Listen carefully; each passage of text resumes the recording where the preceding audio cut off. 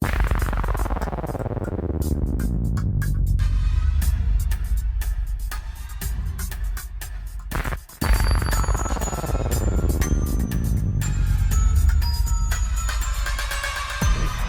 world is full of strange unknowns. Oddities abound. Secrets and cover-ups are everywhere. Ghosts, spirits, cryptids, and all creatures of the night are waiting to give you a fright. Fear not. Through light and fire we will expose them to the light. Welcome to the Dragon's Nest. Here is your host, Will Lindsay. Hey everybody out there in podcast land, welcome to the Dragon's Nest. I'm your host, Will Lindsay, and this is my co-host, the most wonderful and beautiful and just exorbitantly, what's your name again? Oh, that's right, Karen. How are you this evening? I'm not sure if that was a good introduction or a bad one. Well, at least you have an introduction to get. You weren't abducted by aliens. That so is true. That's true. Hey guys, how's everybody doing? Sorry we haven't been around for a while. You know, life. Hey, today we're going to be talking about aliens, alien abductions, and of course, since our last podcast, there has been 3 alien movies. We'll talk about Arrival, Life, and of course, last night we saw Alien Covenant. Wonderful movie. I highly recommend. So let us get right on in here. So the first article I have tonight is an article from John Austin, and it's a triangle UFO sensation. Investigators from the U.S.-based Mutual UFO Network, MUFON, were left baffled by the sighting of the triangular formation said to have drifted over Dauphin, Pennsylvania in the U.S. The case has intensified the mystery of a baffling rise in so-called triangle UFOs reported across the U.S. And it comes after Express.co.uk reported on 2 other sightings that had video footage of the alleged UFOs. In the latest case, the witness was driving at about 8:30 p.m. last month when they saw this bizarre sight overhead when the incident occurred. In a report to MUFON, the world's largest organization dedicated to UFO and other paranormal research, the man said, "My attention was drawn to a triangular object in the sky, quickly flying toward me. It was low and had a couple of alternating, brightly flashing white lights with a red light." That sounds like a plane. Anyway, there were several other smaller flashing white lights that outlined the shape. I was drawn to watch it, so I stopped in the middle of the road. It descended and flew directly over my car. When I looked up through my sunroof, I could see it had a metallic-like appearance, but it wasn't smooth, and an irregular light pattern. It quickly started a slight ascension, made a quick 90-degree direction change, and then simply disappeared. The entire event was only a couple of minutes in duration, and it happened so quickly, it was difficult to take pictures. Of course it was. It's always difficult. Always difficult to get it's pictures. always difficult to put your crack pipe down and, actually get out your camera and get pictures of this amazing object that, you know, they obviously saw for a while. He wasn't a crack smoker. Pennsylvania MUFON State Section Director Julia Weiss investigated the sighting, but was left stumped and had to close the case as an unknown. Roger Marsh, MUFON Director of Communications, said, "Please remember that most UFO sightings can be explained as something natural or man-made." In December, Express.co.uk revealed there had been a rise in reports of mysterious UFOs to MUFON, which keeps a global database of alleged UFO and alien sightings. MUFON receives hundreds of similar reports each year, with numbers seemingly on the rise. The reports are often eerily similar, leading to speculation that bizarre UFOs could be real. Many reports tell of triangular shapes defined by a series of lights, which are said to be, in some cases, as big as football fields, moving slowly and silently across the sky. Some believe these are alien crafts, while others think they are top-secret test craft created by the United States government at mysterious air bases like Area 51 in the Nevada desert. Scott Brando runs website ufointerest.org, which exposes hoax UFO sightings. He is skeptical any unexplainable sightings have he's skeptical of any unexplainable sightings that have ever been made. The expert says many triangle UFO sightings can be explained as aircraft and military flares. He told Express.co.uk the Phoenix Lights were explained with 2 different events. The first was the flight of the 5 planes in V-shaped formation. This is what the witness saw on that day. The second event was the launch of a military flares over Estrella Mountain. He said of the Belgian UFO wave, which is a different than the Phoenix Lights. I kind of ran those together. Sorry about that. The Belgium UFO wave began as a normal sighting, some lights in the sky, and then spread virally. But it took more time because at the time the media coverage had no internet like now. Referring to triangular UFOs in general, he added, about other similar sightings, I'd like to see some reports by MUFON. However, many formation of sky lanterns or the launch of skydivers, Golden Knights, were often mistaken for UFOs. I have seen videos of the Phoenix Lights, and that is not planes flying in a V formation. I'm not saying that they're UFOs. I'm just saying that planes move. Right. These were sitting still in a V formation, so it was not planes in a V formation. Yeah, but, I mean, if we have technology such as hovercrafts and, helicopter can sit there for an hour without moving. I mean, we have aircrafts. Well, the difference is they're silent. See, that's the thing. Like, yeah, well, you can. They also have silent. Like the I forget what they're called, like the stealth, or whatever that's called. The stealth bomber, but those are fast. They don't just like hover. Yeah, they can hover. That's what I'm saying. Is that they can hover and they are fast and they can zoom out of the way at any time.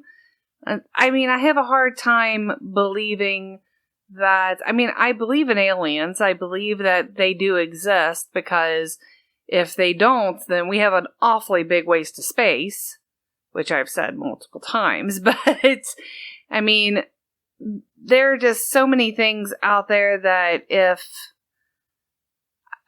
I don't know, if these were aliens, why are they scared to show themselves? Well, have you met the human race? Oh, that's true, but you would think that probably their capacity to hurt others would probably be larger than ours. But maybe they don't want to hurt us, so therefore they try to stay silent and just probe us. Oh, well, as long as you're getting good probing. That's what I always say. Yeah. Is your probe bigger than mine? Oh, it is. What do you got for us? All right, so it's the same dude, John Austin. He posted this on February 23rd, 17, talking about the triangular UFO, but this one was flown out of Green Bay, Wisconsin. The Mutual UFO Network. Oh, Cheeseheads! Yep, the Cheeseheads got this one. MUFON investigator reports that a triangular-shaped UFO was emerging from Green Bay near Little Suamico. You guys out there in Little Suamico, I'm sorry for I'm sorry for butchering the name. And that's in Wisconsin before it flew off. U.S.-based MUFON received a testimony from a witness to the alleged event. The object. It's so hard for me to talk tonight. Seriously. Yeah. Reading was always hard for you. And you only had an associate English degree. I mean, hey, I can write, I can't spell, and I can't read, obviously. Oh no, why do you give me things to read? I usually try the most difficult articles for you. Yeah, exactly. U.S.-based MUFON received a testimony from a witness to the alleged event. The object was said to be 100 to 100 feet in length and was seen at 2:10 a.m. local time on November 28th. They said the color was dark and it had blue flashing lights. The elevation was 500 feet and the distance was less than 1,000 feet. Green Bay is a sub-basin of Lake Michigan at the mouth of the Fox River. The case was investigated by Susan Brittain of Wisconsin MUFON, but closed as an unknown sighting. In the report, Susan wrote, he reports they witnessed a triangular-shaped object fly out of the water of Green Bay, traveling at approximately 35 knots. It was so close that they could hear a muffled jet sound. It came out of the water, it turned on its side as it traveled west and gained elevation. Based on the evidence and the data provided by the witness, I conclude that this case is an unknown category. The witness, who has not been named by MUFON, the world's biggest organization dedicated to UFO research, provided a description of the object. The witness has a theory that it may have been a top-secret craft developed and operated by the U.S. Air Force. Conspiracy theorists claim that the U.S. has secret so-called black projects based in classified air bases like Area 51 in Nevada, where secret technology is developed. Some even believe that they use alleged recovered flying saucers to devise new spycraft technologies. The witness added, I believe they are investigating the saucers and the orbs in some joint effort. Can you call Mulder and Scully? I know. Well, underwater, there's been so many conspiracy theories, because if you just look at our oceans, we have yet to explore every single aspect and nook and cranny of the ocean floor. I mean, we're finding new species all the time coming out of the oceans. What if there are secret alien life forms in the ocean with some sort of, biosphere, and they just occasionally fly out of the ocean, and they're not extraterrestrial at all. They're actually very terrestrial. We just think they're extraterrestrial, but they're actually because we've never seen them before, right? And so they come above water. They're studying us just like we study things underwater. But it would also make sense due to the tectonic plates and all the shifting that's been going on lately as to why we're suddenly seeing more and more UFOs. We're getting more reports of UFOs now than I think we've ever had. And we're also having a lot of things going on with the world too, where the icebergs and the world today. I don't know what it is. Oh, most definitely. There's lots of things wrong with the world today. So, that brings us to other natural phenomenons. For example, I got an article about, I don't know if you've heard about the fast radio bursts. I'm sure everybody listening out there at some point in time, if you're a nerd like me, has heard of FRBs or the fast radio bursts coming from other galaxies. And the Dyson sphere, from the Tabby star system, where scientists can't explain the dimming of this star, and so they think it could be a Dyson sphere, which essentially is an alien megastructure built around a star system to gather energy and supplies them with energy. Mm-hmm. And that's just a postulation from a scientist about what could be causing it, because they can't figure it out in any other ways, and obviously we can't see that far away. But currently, Harvard physicists just proposed that the mystery radio bursts are powering alien spaceships. Of all the unexplained things in our universe, fast radio bursts are arguably the weirdest. They're some of the most elusive and explosive signals ever detected in space, and while they last for mere milliseconds, they generate as much energy as 500 million suns. Last year, researchers found 16 FRBs, all coming from the same source beyond our Milky Way, and now Harvard physicists have proposed that the signals like those could be evidence of advanced alien technology. Fast radio bursts are exceedingly bright, giving their short duration and origin of great distance, and we haven't identified a possible natural source with any confidence, says theoretical physicist Avi Loeb from the Harvard-Smithsonian Center for Astrophysics. An artificial origin is worth contemplating and checking. FRBs aren't all that uncommon, since the first one that was detected was back in 2007. Researchers predict that around 2,000 of these things are lighting up the universe every single day. But the problem with detecting and analyzing these signals is that they've not only are incredibly fleeting, less than 5 milliseconds in duration, they've been frustratingly random in origin. That was until late 2016 when researchers detected what appears to be the first repeating FRB. 11 high-energy radio bursts, all coming from a single source way out in the distant universe. Earlier this year, 6 more FRBs were detected coming from the same location, and researchers managed to pinpoint their location to a faint dwarf galaxy more than 3 billion light-years from Earth. That was a huge development because until that point, the FRBs we detected had all come from random origins in space, making follow-up observations impossible. And if you wanted to go searching for some more FRBs to better understand them, your hunting ground is literally the size of the entire known universe. Now, for most people, I think most people think linearly. So they get on a road and they drive and they go straight or they go back or they go left or they go right. But the universe goes left, right, up, down. It's four-dimensional.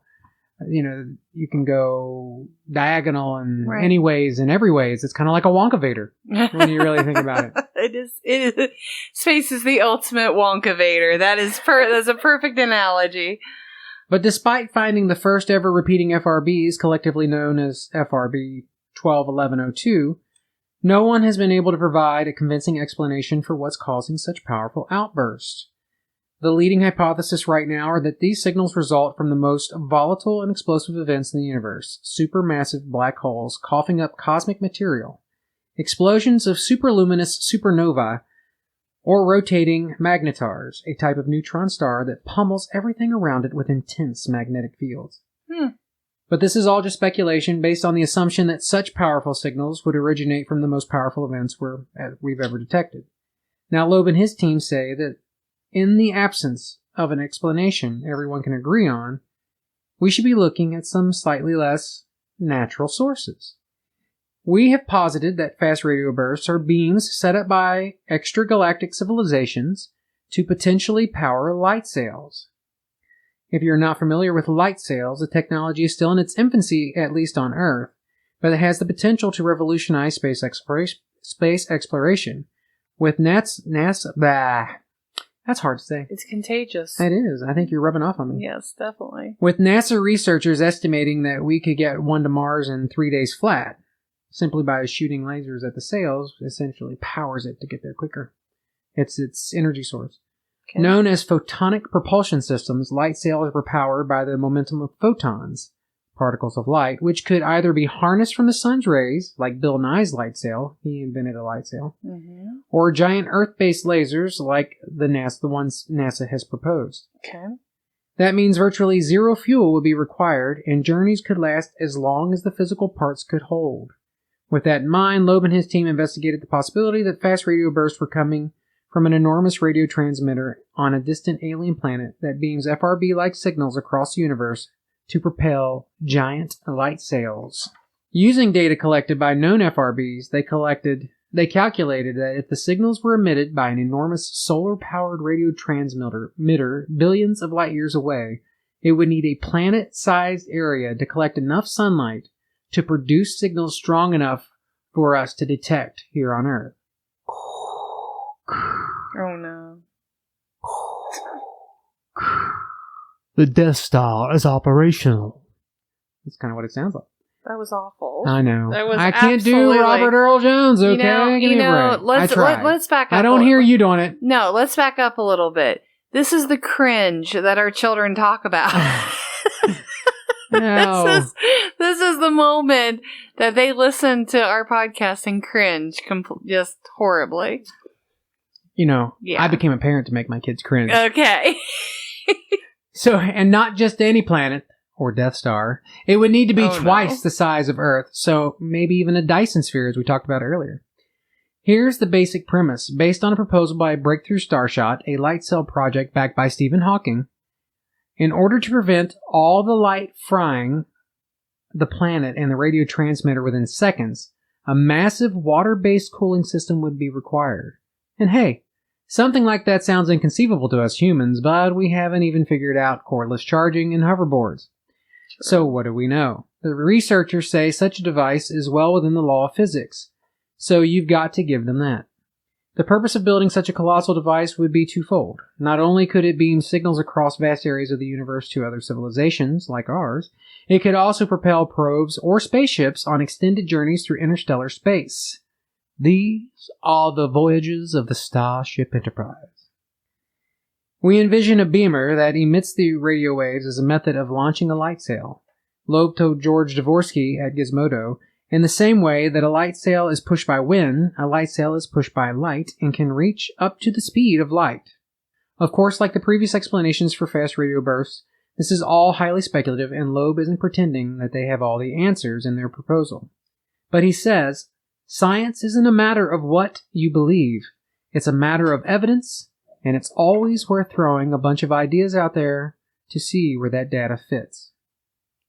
Although the possibility that FRBs are produced by extragalactic civilizations is more speculative than an astrophysical origin, quantifying the requirements necessary for an artificial origin serves, at the very least, the important purpose of enabling astronomers to rule it out with future data. So, Yeah. I knew that Stephen Hawking was really, him and a couple of venture capitalists, Elon Musk and people like that, are really trying to make these light sails work. They're very tiny, so basically they could have some transmission data and cameras and some very minute things. So But when we're they're talking about also very cheap. when we're talking about the light sails, are we talking about like the movie we saw last night essentially that helps power a No, vessel? Or that was Alien Covenant she's talking about. No, they were actually recharging. They were stopping their jump. They were actually jumping, so they were right. doing intergalactic jumps, and then they had to stop in solar systems and recharge through sun sails. And then once they recharged, they would So jump it's again. kind of the same principle, though. No, because what these would be is that a laser would be actually shot at the device, Mm-hmm. and the sails would gather that focused light, and that focused light would actually push the sail. So in essence, it's more of propulsion, like you firing gas out the back of I an guess engine. I'm confused on where this is going to help us. It'll help us through intergalactic travel to get us there quicker than Okay. we can almost reach the speed of light, Okay. which right now we cannot. In Star Trek they go faster than the speed of light. That's how they hit warp speed. So once they go past the speed of light, that's considered warp speed because they're now traveling at so many. So this is more of a propulsion type Yes. device. Yes. Okay. I get that. And so aliens may be sending crafts here to study us using the same type of fast radio bursts that we would use to propel these light sails. Gotcha. Okay. Interesting, sciencey, nerdy, just the way we nerdy, like it. Most definitely. So, if I want to change things up just a little bit and go back to true Dragon's Nest form, yes. The next article I have are true stories that will make you terrified. Oh, I can't do terrifying tonight. I am so gotta sleep. So we have some abduction stories. This is supposed to make you terrified of UFOs. This article was written by someone I'm probably not going to be able to pronounce her name, of course, in true Karen form. It is Shirley Sharma. And Shirley, if I said that wrong, I'm so sorry. She wrote this on March 6, 2017. So she states, there are people who claim that extraterrestrials abducted them. Brace yourself to get familiar with these true stories because they are sure to give you jitters down your spine. The claims of real-life alien abductions may be true, may not be, but they will definitely petrify you of UFOs. I turned to wood. Oh, And different type here- of petrifying. And here That's we petrification. begin. My bad. Sorry. Here we would begin with the alleged true stories. I like it says alleged true stories of alien abductions. Number 1 is the abduction of Clayton and Donna Lee. The heart-wrenching story of Clayton and Donna Lee claims that the aliens stole a fetus from Donna. Clayton claims that the aliens abducted him in his childhood while he was visiting a park. Donna says that she remembers floating around the stars in darkness. Donna claimed in one of the media outlets that she saw the aliens and they took her to a far-off place in a vehicle full of metal. The couple say that they remain petrified all the time, fearing these kind of abductions. And the part of this that I don't understand is why didn't they tell us more about what happened? I mean, these are such like little tiny short Because stories. these are the that don't most ever... famous ones. Most people have heard these little stories, and so Okay. it's just kind of like a synopsis Okay, of well, all the biggest abduction stories out there. number 2 is alien abduction of Amy. Amy, a 22-year-old girl, alleges that aliens abducted her right out the window of her lounge room. Woo! I was trying to watch Netflix. She was with her friend Petra, who claimed to witness watching Frankie and Gracie, and they took me. who claims to witness a bright light post, which a spaceship sort of thing lifted Amy up. Strangely, the police found Amy miles away from her house and some weird marks on her inner thighs. Oh, wow. Yeah. Dirty alien. Yeah, very dirty alien. So next, the incident of Robert Taylor. This incident does not involve alien abductions, but it does involve alien encounter. According to Robert Taylor, a forestry worker in Livingston, a spaceship tried to pull him into it. He says he fell unconscious. Got some candy for you. He says you want to pet my puppy? He fell unconscious I got the puppy here after for you, an Robert. alien encounter, and upon gaining consciousness, he was completely out of energy and lost his voice. His dog went hysterical, and he wasn't able to control. It was difficult for him to control his dog. So, yeah, there was that. Yeah. Yeah. I'm not real terrified yet, Just but so you I understand, might get there in a couple minutes. When you see the rape van, Oh God. it's not a UFO. It's the rape van. And everybody knows what van I'm talking about, right? It's that 1970s van with the little circle window up the top left corner, and that's about the only window on this van. White and it's panel huge. van. Yeah. Drives through kids' neighborhoods. So that's not a UFO. It's a van. Yeah. Anyway, go on. Okay. That's neither here nor there. The next one is Travis Walton. Travis Walton, a forestry worker in Arizona, wow, we got forestry workers like all over the place, states that 3 men with bald heads and huge eyes interrogated him after kidnapping him. He, along with his 6 friends, were heading home after work one night when they saw a blinding streak of light. Thinking it was a plane crash, they went to the spot, but it was allegedly a spaceship. Yeah. Apparently Waltons went closer to the ship and got... Did you say sheep? The sheep. They went closer to the ship. Closer to the ship. They do have big eyes. They do have big eyes. Not bald heads. No. Well, unless they were sheared. Not bald heads. Okay, fine. Okay. Apparently Walton went closer to the ship and then got abducted by aliens. His friends claimed to witness sheep Walton. Aliens? No. I'm no so confused by this story. Ship, William. Oh, Ship. my bad. Apparently, his friends claimed to witness Walton floating up to the ship, but on reporting this incident to the police, they did not believe these forestry workers. Even after some grueling rounds of interrogation, their statements would not change. Well, they should have waterboarded them. I mean, oh my gosh. Seriously. I bet they would have changed then. I'm bored. Okay. So next, abduction from Manhattan apartment. Linda... I don't condone waterboarding, just so everybody out there knows. That was a joke. Linda Napolitano, originally Linda Cortell, a Manhattan resident, describes an unbelievable episode of alien abduction. She alleged that the aliens took her from a window inside the spaceship where she witnessed benches, tables, should and stay away from their sliding windows. doors. Most definitely. Seems like that's where they nab you at. Yeah. Strangely, her story Is that supports... a firework? No, it's a goddamn spaceship! Oh my I'm God. sorry, that was a bad word. You're interrupting my reading! Sorry. Strangely, her story supports the claim made by her 2 bodyguards of the United Nations. She has bodyguards. Wow. She got abducted. Well, they are some crappy bodyguards, Yeah, they all right? are crappy bodyguards.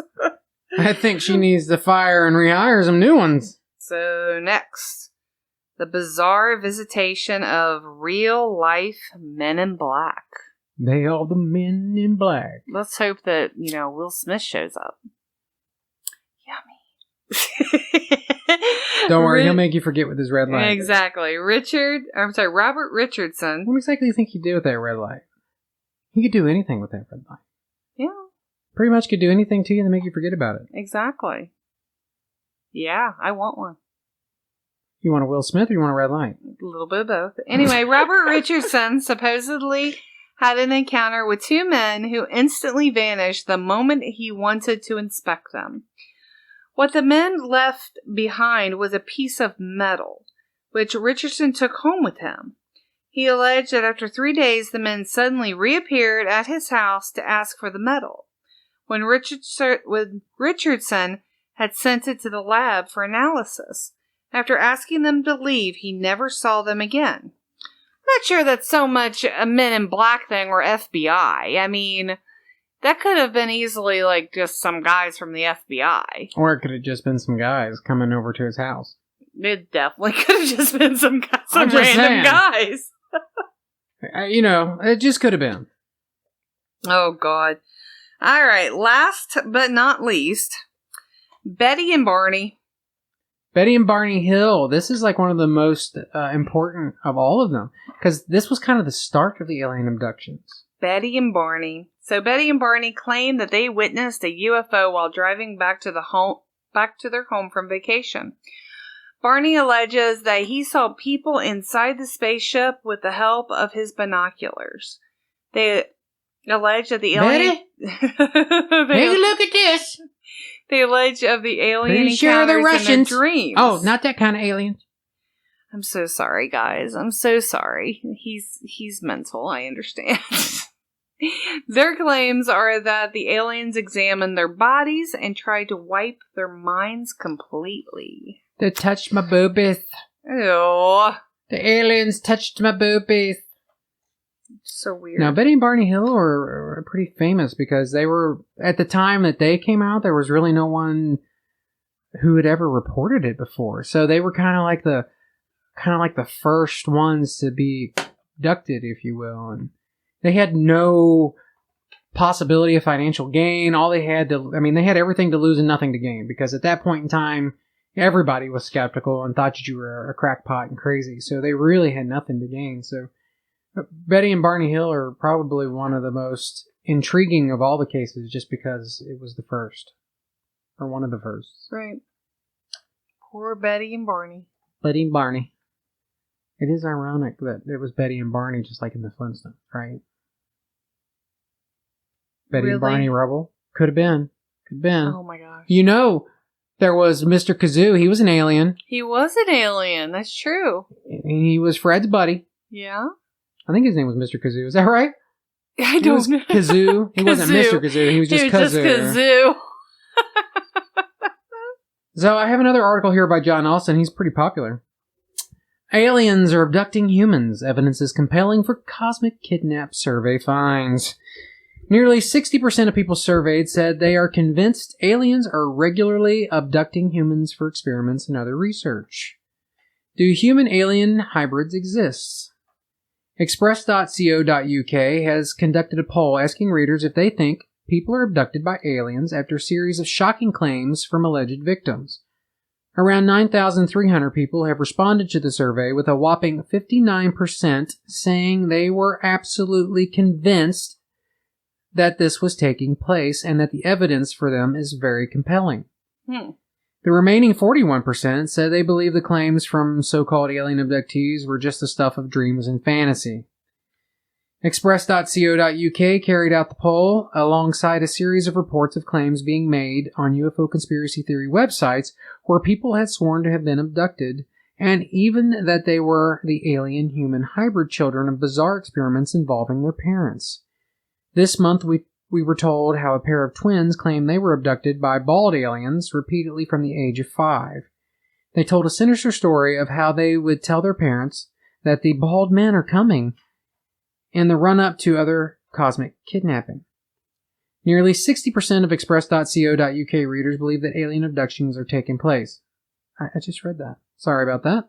It is Groundhog Day, apparently. You will never guess who believes in aliens and UFOs. According to these celebrities, alien UFOs are among us. One of those celebrities is none other than Captain Kirk William Shatner. I've been a UFO believer saying there is no doubt that there is I'm so sorry. life I'm so sorry. out there. The mathematics lead you to absolute conclusion. In my mind, there is no doubt that the universe teems with life in all its form. He thinks he's funny. He thinks his impersonations are good. The tale was revealed by Audrey Starborn Hewins at the 26th Annual International UFO Congress in Fountain, Arizona. Miss Hewins, 43, from Oxford, Maine, in the United States, attended the conference which aimed to give therapy to alien abductees. She claims to have had contact with aliens since the age of just 5. She told how her identical twin Debbie was also visited by gray aliens as they grew up in Athens, Ohio. Last month, we told the story of 6'3" green-eyed blonde French-Canadian woman who was a surprise second twin and claims she was implanted as a so-called hybrid by aliens. There is compelling evidence for alien abductions. 59% of Express.co.uk readers. Striking, Lisa claims her... I don't know why he keeps saying this. Like, he's made me repeat that 3 times. Striking, Lisa claims? Well, no. The compelling evidence for alien abductions. We get it. Striking, Lisa claims her mother gave birth to twins after a bizarre encounter with 2 aliens. Lisa, whose surname is not revealed in a video, which broke the story, says her mother was supposedly pregnant. Supposedly. Sorry. I was just abducted and then brought back in that. Supposedly. Pregnant with just a son in 1975. Wait, that's the year we were born. You do not need to put that out on the air. Jeez. It makes sense that you're an alien. Oh, shut up. When she was born, she is now convinced she was implanted into her mother by aliens after they visited her while she was pregnant. Her bizarre story has revealed for the first time by UFO researchers Luigi Vendentelli from Montreal, Canada, on the Earth Mystery News YouTube channel. Express.co.uk has revealed a number of these bizarre stories over the past 18 months. In May 2016, we exclusively revealed how green energy expert Miguel Mendoca, 43, who helped shape UK renewable power policies, said he was convinced aliens have been secretly implanting extraterrestrial DNA into pregnant humans in a book he wrote about. Mr. Mendonca now claims that so-called alien hybrid community is expanding on Earth and vital to the future of the human race because of how they are helping us evolve into higher beings. Mr. Mendonca, who suffers with MS, the illness that leaves sufferers with neurological symptoms, muscle pain, and severe physical and mental exhaustion, even feels better with increased energy levels for having regular contact with the hybrids, although he stressed it could not cure his condition. He said, "It's made no difference to my condition, but I do feel better on some levels." In his book, Meet the Hybrids, The Lives and Missions of ET Ambassadors on Earth, published by Amazon and co-authored with Barbara Lamb, he spent time interviewing 8 people who claim they have grown up with implanted alien DNA in their bodies and are part of a mission to improve mankind. You know how there's Rh positive and Rh negative blood, so you're O positive, O negative, whatever? Right. Some conspiracy theorists say that Rh negative doesn't exactly exist in nature, and that most likely people who are Rh negative have some sort of alien DNA built into their system. So you could be a hybrid if you have Rh negative blood, according to some conspiracy theorists. So if you're Rh negative out there in podcast land, maybe you should contact the mothership. Most definitely. In fact, I might be able to tell you who your father is in this next article. Oh my. So an artist claims that he lost his virginity to a busty alien called Crescent. Well, so did I, but mine was called Karen. So this is by Rob, I'm not sure how to pronounce his last name, Woe for Metro.co.uk. Is that Kevorkian? Rob Kevorkian? No. Oh. This came out on Monday, May 8th, Pretty sure Kevorkian was an alien. Did he not look like an alien? He looked like an alien. I mean, he didn't seem like he was from this earth. No, he didn't act like it. He didn't look it. So yeah, I'm on board with you there. You remember those little aliens in Men in Black? They were kind of like in the heads, and they were like the body was a machine, and then they were just kind of like driving it around in the head. Yep. Pretty sure that was Kevorkian. Yep. I'm right there with you, bud. All right, so I have to get up close to the mic for this one. So a new film. Oh, you didn't mean close like that. A new film opens with artist David Huggins saying simply, "When I was 17, I lost my virginity to a female extraterrestrial." It's a bold claim explored in a new film, Love and Saucers. Oh, the cringe. Where Huggins shows... Was her name Andromeda? It was Crescent. Oh, sorry. I should have paid attention. Where Huggins shows off his often sexually explicit paintings inspired by a life of unbridled sex. If you want to see these sexually explicit paintings, just go to our Twitter page.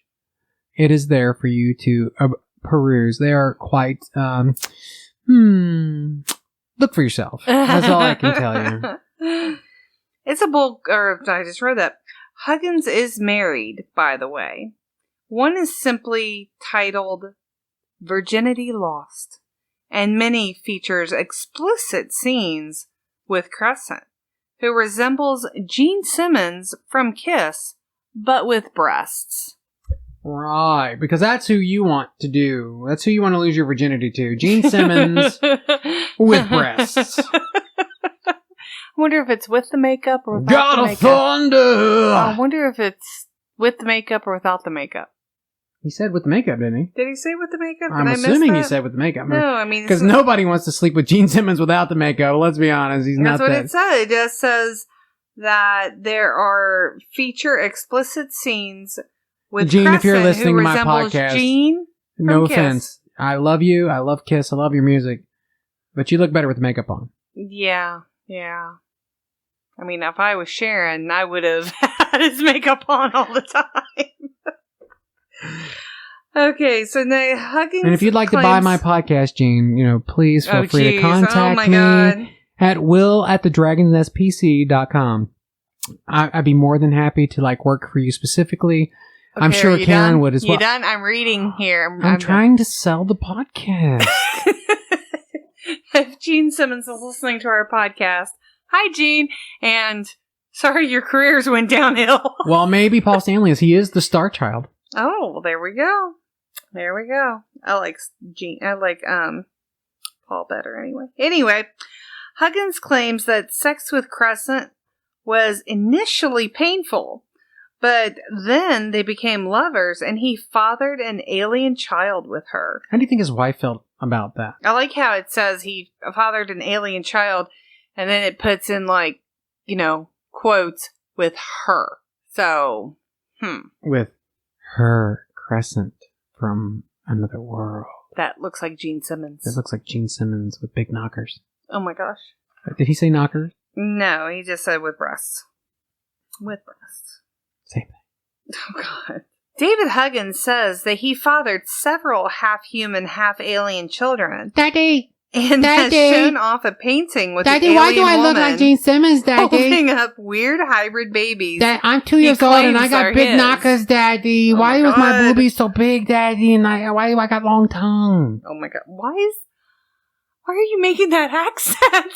Why do I got long tongue? I'm talking like a baby. Oh, that's not what it sounds like. Oh, mercy. Okay. I just laid down on the ground and she got on top of me. Oh. I have no idea why me. Was this bought by the porn industry? No. I don't know much, but I do know for sure I lost my virginity to an extraterrestrial woman. Huggins has I wonder if Huggins has this 1970s porn stash. Oh my God. Huggins has chronicled his often X-rated alien experiences as part of an exhibit of paintings with depict no-holds-barred alien on human sex with merciless realism. Huggins claims he was first abducted by aliens at age 8, but that his relationship with the sultry alien took off later. Well, I would hope. Otherwise, it would be a pedophilic alien. Huggins claims he also met little hairy aliens, gray aliens, and insectoid aliens who did not have sex with him. But he wanted them to. Oh my God. He always wanted to make it with a caterpillar. A caterpillar? Caterpillar. Caterpillar? You know those caterpillars have big eyes just like the aliens he's talking about. Folks, our Kentucky's coming out in us. They're caterpillars. Nigel Watson, author of the Haynes UFO Investigations Manual, says David's experiences are very detailed, and his work of art show that they have had powerful influence on him throughout his life. Yet, he is not the only one who claims such experiences, which haunt people from childhood onwards. In a book, Communion, Whitney Strieber, he's very famous, famously describes being abducted by aliens who inserted a 1-foot long anal probe inside of him. Whoa. And he could take it all. And he could take every bit of it. It seems. Sorry, Whitney. I love you. I've heard you talk on Coast to Coast many times. Love you, buddy. I'm just making fun here. Woo. Seems to be. I could only take like an inch. Yeah, well, they don't give you a choice, bud. Are you sure? Do you think they use lube? Probably. I would say there had to be something. I mean, they're aliens, though. Maybe they're naturally lubricated in their anus. Maybe they don't realize humans don't have natural lube in their butt. Okay, can we get away from butt lube? Well, I'm just saying, we lubricate other places, but we don't lubricate there, so that could be... well, maybe it was bad. Oh, I'm thinking it might be. That's all I'm saying. Yeah. Anyway, go on. Tell me about your 1-foot probe again. Wait, not you. Many of these type of cases came to light in the 1960s, but were largely ignored by UFOologists. Do you think they come out and they show you the 1-foot probe before they insert it, and it's kind of like, what torture? Like, what are you going to do with that? You know what I'm going to do with that. No! You know what I'm saying? Okay, maybe she doesn't know. Are we done? Okay, again. Some people might like the 1-foot probe, but I'm just saying. Would you like a 1-foot probe? You're about to get one. Continue on. Many of these types of cases came to light in the 1960s, but were largely ignored by the UFOologists. Because they didn't think anybody could really take a 1-foot probe. Oh my God! Who just wanted to prove the UFOs were robot craft from outer space. Alien encounters and abductions only began being seriously considered and researched in the 1970s. In this period, the case of Antonio Villas Boas was the most outstanding. He claimed that he was dragged inside of a flying saucer and forced to have sexual intercourse with a beautiful alien woman. No, please, no, stop. When he left, please don't touch my pee-pee. She pointed at her stomach, at him, and then at the sky. I'm sorry, but if someone describes them as beautiful, then they didn't, fight it, right? Be like, oh my gosh, I was pulled onto the spacecraft and they raped me.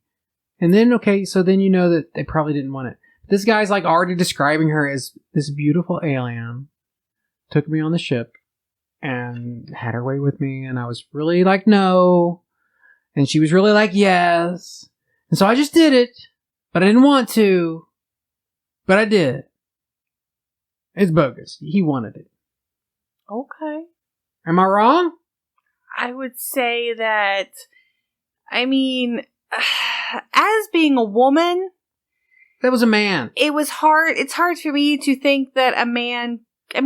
I know men can be raped. Don't get angry at me, podcast, because I know men can be raped.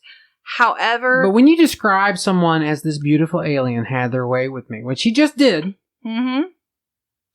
But maybe that was his way of saying he didn't want to, but he wasn't completely upset about it. Maybe. Okay.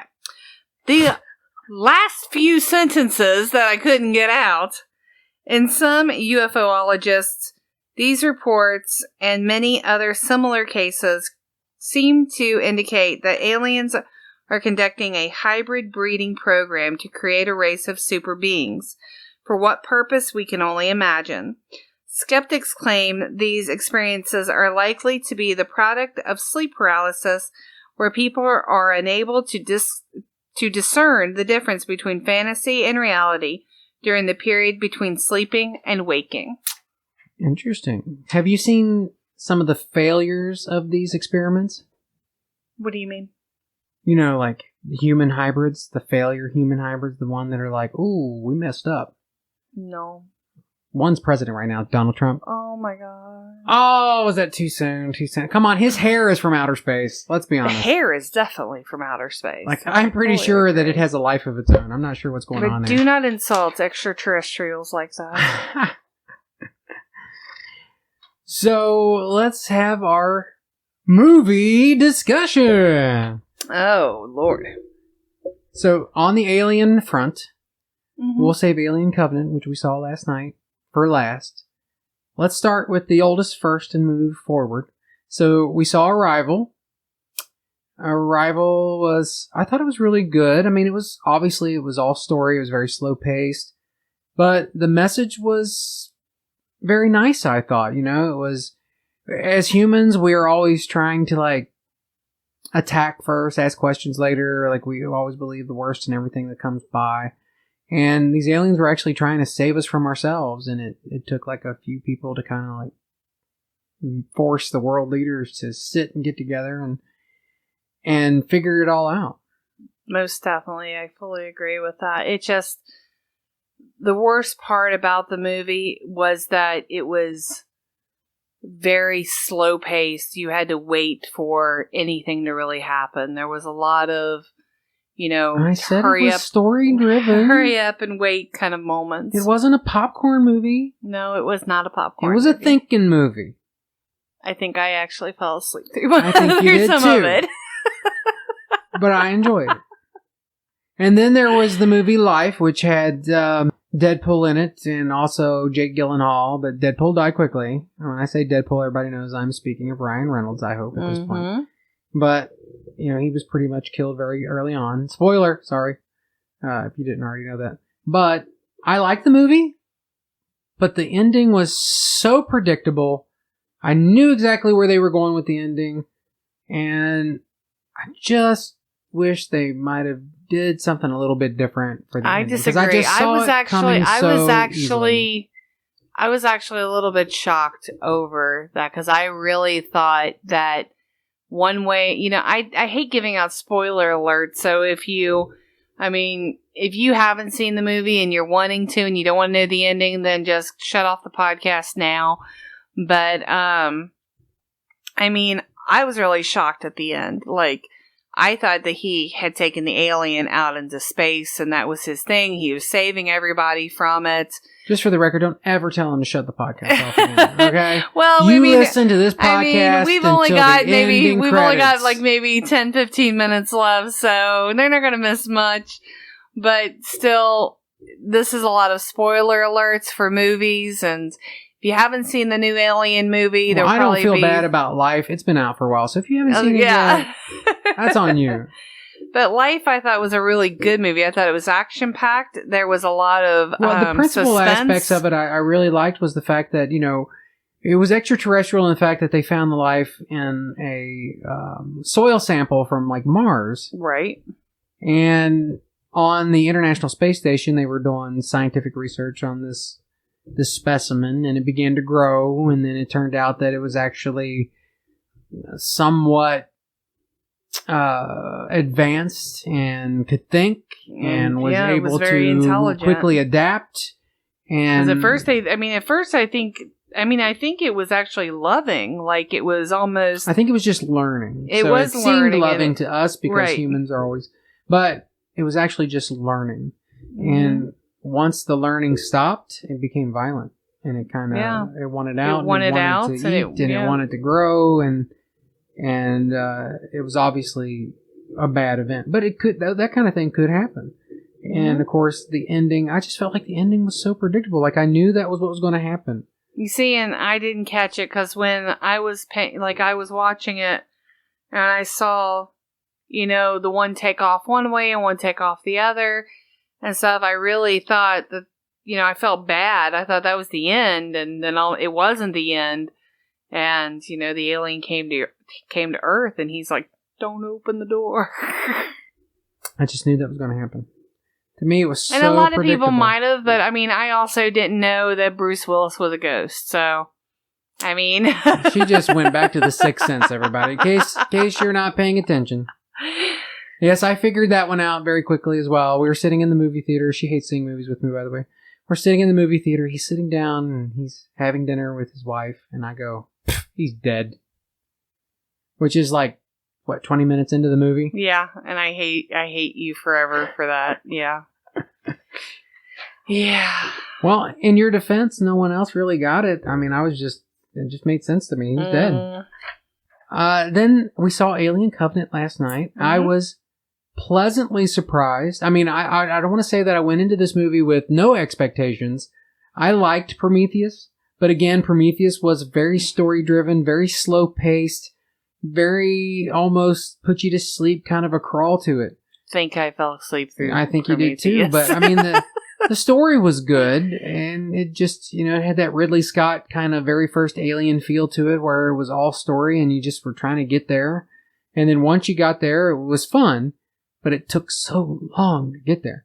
But with Alien Covenant, again, it starts off just a little bit slow. There's a little bit on the slower side in the very beginning. But once it starts, it goes, and it's action-packed, and the alien is there, and I like the twist. I like the origin of how the alien came to be. And, now, that one, I knew. I guessed, how the ending was going to happen. So, the ending is a little... But it's a trilogy, so we're going to have to see what comes next. Right. You're dealing with... It's a prequel to the whole Ripley thing.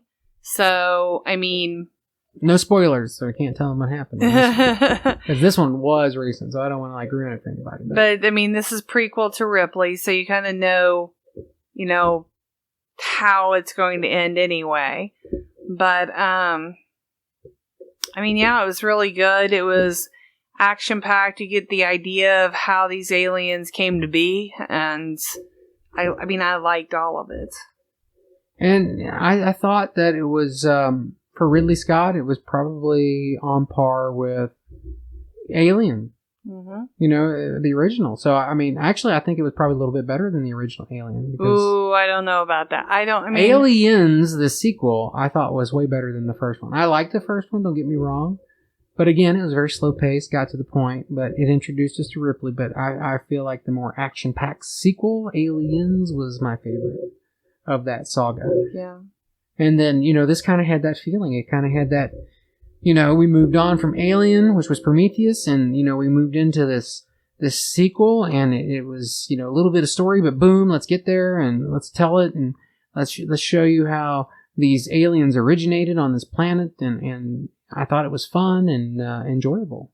Most definitely. I loved it. It was, probably, it's one of those movies that we're definitely going to buy. So, with all that said, and we've talked about the movies, we've talked about aliens, we've talked about alien abduction, what is your personal belief? Do you think people are being abducted? I've pretty much said what I believe before, and that is that there's definitely aliens. If not, there's an awful big waste of space. I've said it too many times, but are they being abducted? I don't know. I'm not one that has been abducted. I'm not one that ever has dreamed about being abducted or had fantasies of being abducted or having fantasies of having, sex with Whitley Strieber's book. Gene Simmons with breasts. I'm not. Whitley Strieber's book about his abduction it's quite impressive. It's an interesting read. If you haven't read it, go to Amazon and kind of give it a good read. See, Fire in the Sky is another story about a guy being abducted, and that guy was a Forest Service worker, and he was pretty much abducted in front of people. You see, the thing of it is that it doesn't really matter what anyone believes. If they believe that they were abducted, whether they were or they weren't, there still needs to be some kind of merit given to that. And that, not to treat these people any less or any more. It's just, they believe it, and that has to hold a little bit of merit. Well, I mean, one could say that people believe many things, and do you give it merit for the, crazies? Yeah, most definitely. I mean... Only if you're their psychologist. Well, it still needs to be given at least a little bit of merit, and people need to feel valued. Steven Spielberg truly believes in aliens. I mean, he did Encounters of the Third Kind, Close Encounters of the Third Kind, E.T., he's a very big proponent of extraterrestrial visitation. He believes that those things have taken place, and it's a big part of his movies, a big part of his life, a big part of his psyche. Most definitely. Personally, I feel like if aliens are visiting us, it's kind of like maybe it's that Star Trek mentality where they would observe planets and they would have this cloaking device and they would observe and report. It was kind of like they were anthropologists, essentially. They would observe the cultures, write about the cultures, and their first tenet was that they could not get involved in the culture. So they couldn't introduce themselves to the culture, and in no way could they interact with the culture. They just were there to observe, report, and send back to home base, essentially. And could that kind of stuff be taking place? Sure, why not? I mean, if there are aliens, I would love to meet one. I don't want to be probed, but I definitely... you want a foot-long probe. Don't lie. Don't think I do. I really don't. Don't think I want to experience that, but I would love to meet an alien and just sit down and see if I could, hopefully they could have a conversation with me. Hopefully they would know our language, or I could learn theirs somehow, and we could actually learn from each other. I mean, I find that fascinating. Me too. I think it would be fun to meet someone not from this world, especially Optimus Prime. Definitely I want Bumblebee. If I could find Bumblebee would be mine. That's my favorite. That's all the time we have for this episode. As always, we thank you for listening to The Dragon's Nest. Please follow us on social media, Facebook, Twitter, and Instagram at Dragon's Nest PC. That's Dragons with an S, Nest PC for podcast. We are on YouTube, so please like, subscribe, and hit that bell. You can listen and follow us on your favorite podcast platforms such as Spotify, Stitcher, TuneIn, Google, iTunes, and at our host site, SoundCloud. To search for us, just search The Dragon's Nest. That's the THE, Dragons with an S, Nest. If you would like to share a story with us or have ideas you'd like to hear in a future show, please send an email to thedragonsnest@outlook.com or call and leave us your story at 513-549-3049. Again, thank you for listening, and we'll see you next time inside the Dragon's Nest.